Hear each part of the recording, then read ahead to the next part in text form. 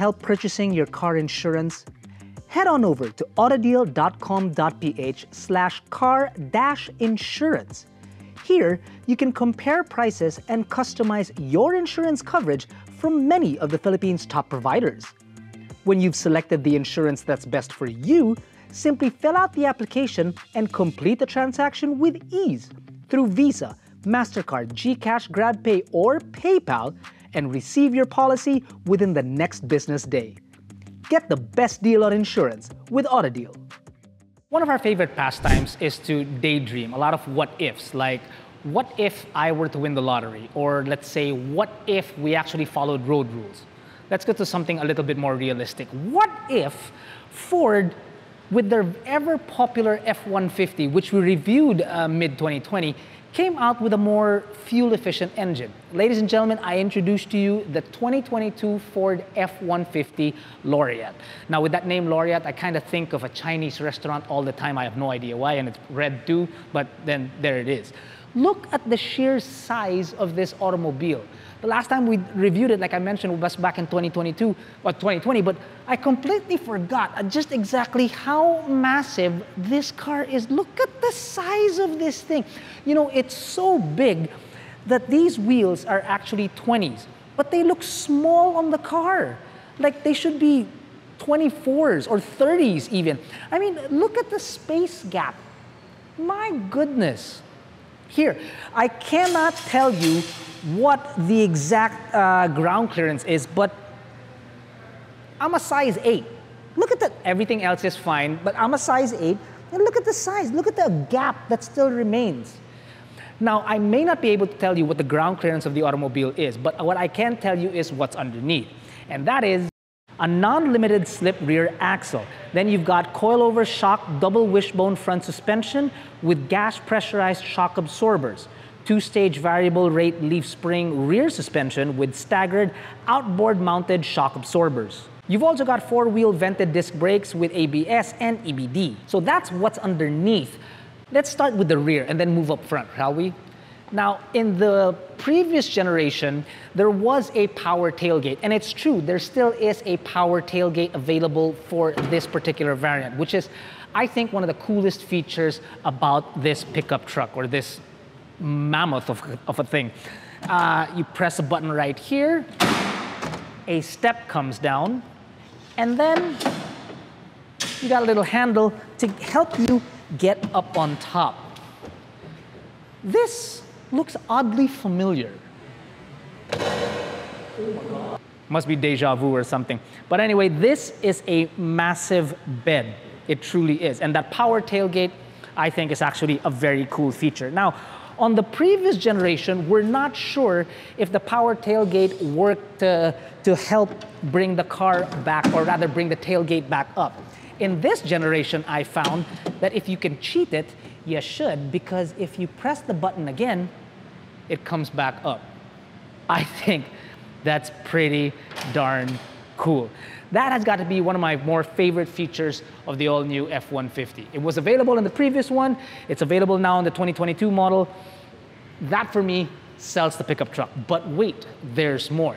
Jack, why don't you join me in the second row?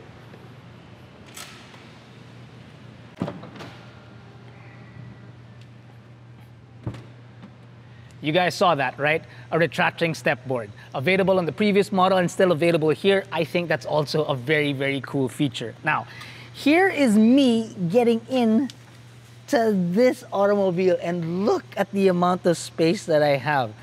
It's comparable to the Expedition, really. It's massive, and this is a pickup truck.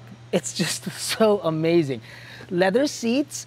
These are heated seats, by the way. I'm not really sure if you're going to actually use that feature, but they are heated seats here at the rear. Your toys back here include a 120 volt or 400 watt maximum socket. That's a socket right there. And then charging points in the form of a Type-C and a normal USB charging point there. Air vents, and these are controls for your heated seats, actually. These seats are 60/40 folding. I'm not exactly sure why, but I guess if you can, then why not? So like I mentioned, they're 60/40, and when you fold them, you'll find that the tools for the automobile are there behind. I'm not exactly sure if this is my normal driving position because I haven't sat up front yet, but honestly, if it were, that's about right. That could be actually Jack's driving position. I'm not sure. We'll know that when we get up front. In the back, you also have these cool little cup holders on the door in the form of a square. I'm not exactly sure why they're square, but I'm sure that they hold bottles. They can easily hold a bottle that's 500 milliliters there, and then more bottle holders found down below. And then if you look at the brand of the speakers, yeah, Bang & Olufsen, nice. There's a total of 8 speakers in this automobile, including a subwoofer. It's an F-150, why not? And of course, you've got your moonroof that stretches all the way here to the rear. That is about all the features, except for there is the fact that you can slide this glass open so that you can let air out or talk to the plebeians that are going to be riding in the back while you sit up front in peace. Plebeians. That's a bit harsh, isn't it? Anyway, let's get to the front, shall we?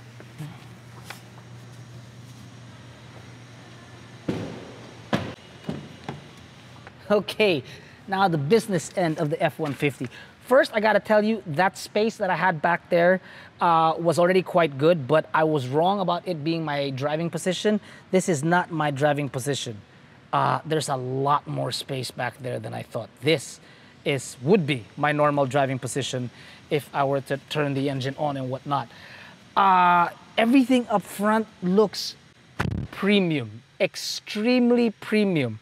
Let's start with the fact that you've got a massive, not 9, not 10, but 12-inch screen. It's obviously got Sync 4, and for the driver, you've got a 360-degree camera that works on this thing. You've got a host of driver aids to you. You've got Ford Copilot, you've got Park Assist, you've got evasive maneuvering. I'm not sure if I got the term right, but there is a form of evasive maneuvering when you're getting into trouble. There's forward collision warnings, there's lane keep assist, there's blind spot monitorings. You'll need it in a car of this size. Some of the features here in the center console. This cover is about as big as the seat of my Vespa, which reveals a box that's big enough to hold a head in. What's in the box? What's in the box? And then, oh, I forgot to mention the 2 cup holders for the persons at the rear. You have 2 more cup holders up here. And then, if you notice, there's something missing. The gear lever. It's not on the steering column, and it's still actually right here, but it's hidden. Check this out. This is really, really cool. I'll turn the car on. I won't start the engine, but I'll turn the car on, and then check this out. Oh my goodness. Bam. This thing reminds me of the final stage of the Death Star, just before they fire it. You know, that guy that goes, and then the green lights come on, and then they destroy the planet.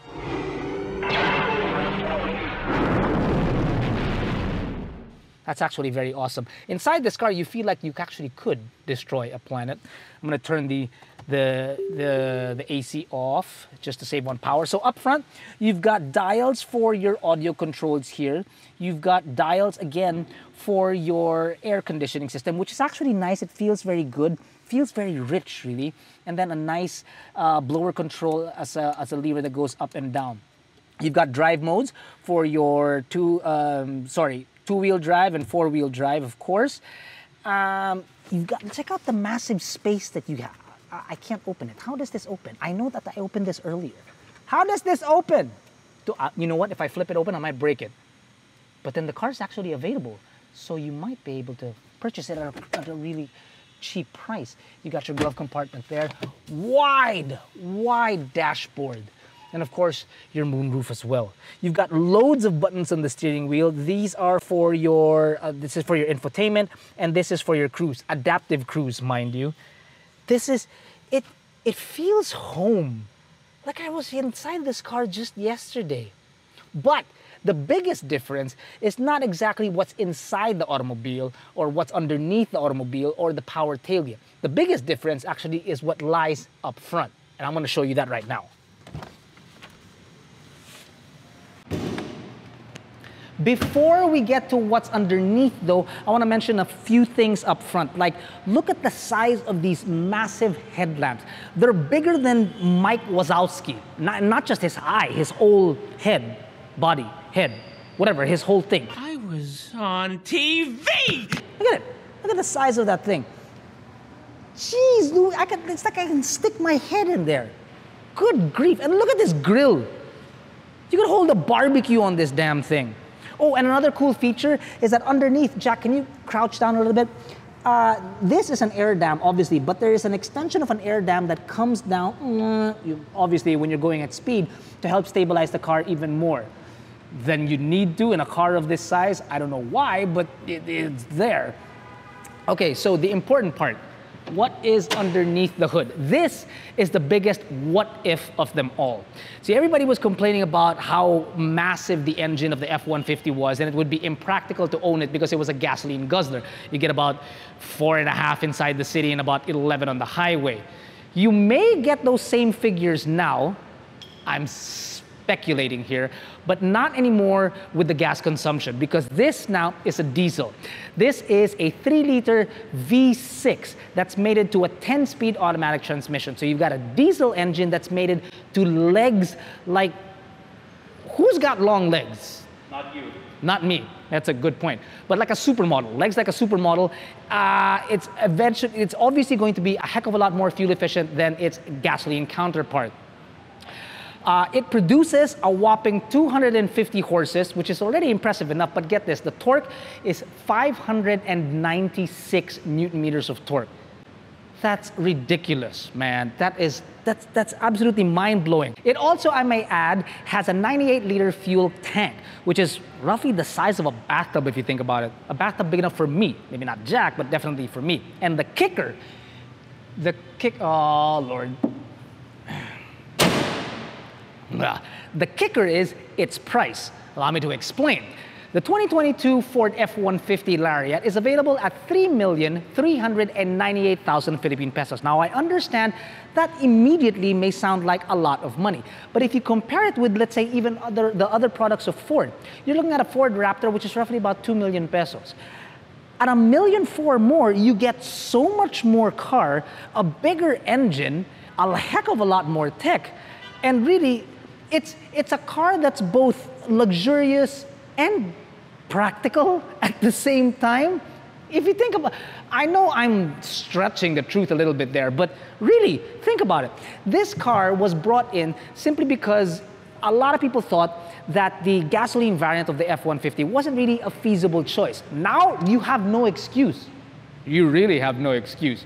It's available for you to look at here at BGC, the Ford BGC showroom, or with the AutoHub group, and it's also available on AutoDeal.com.ph. This was just a very quick walk around of the F-150, the 2022 F-150. If you'd like to know more about the car and the detailed specs, do check out our website. Thanks for joining us, everyone. Stay safe. We'll see you soon.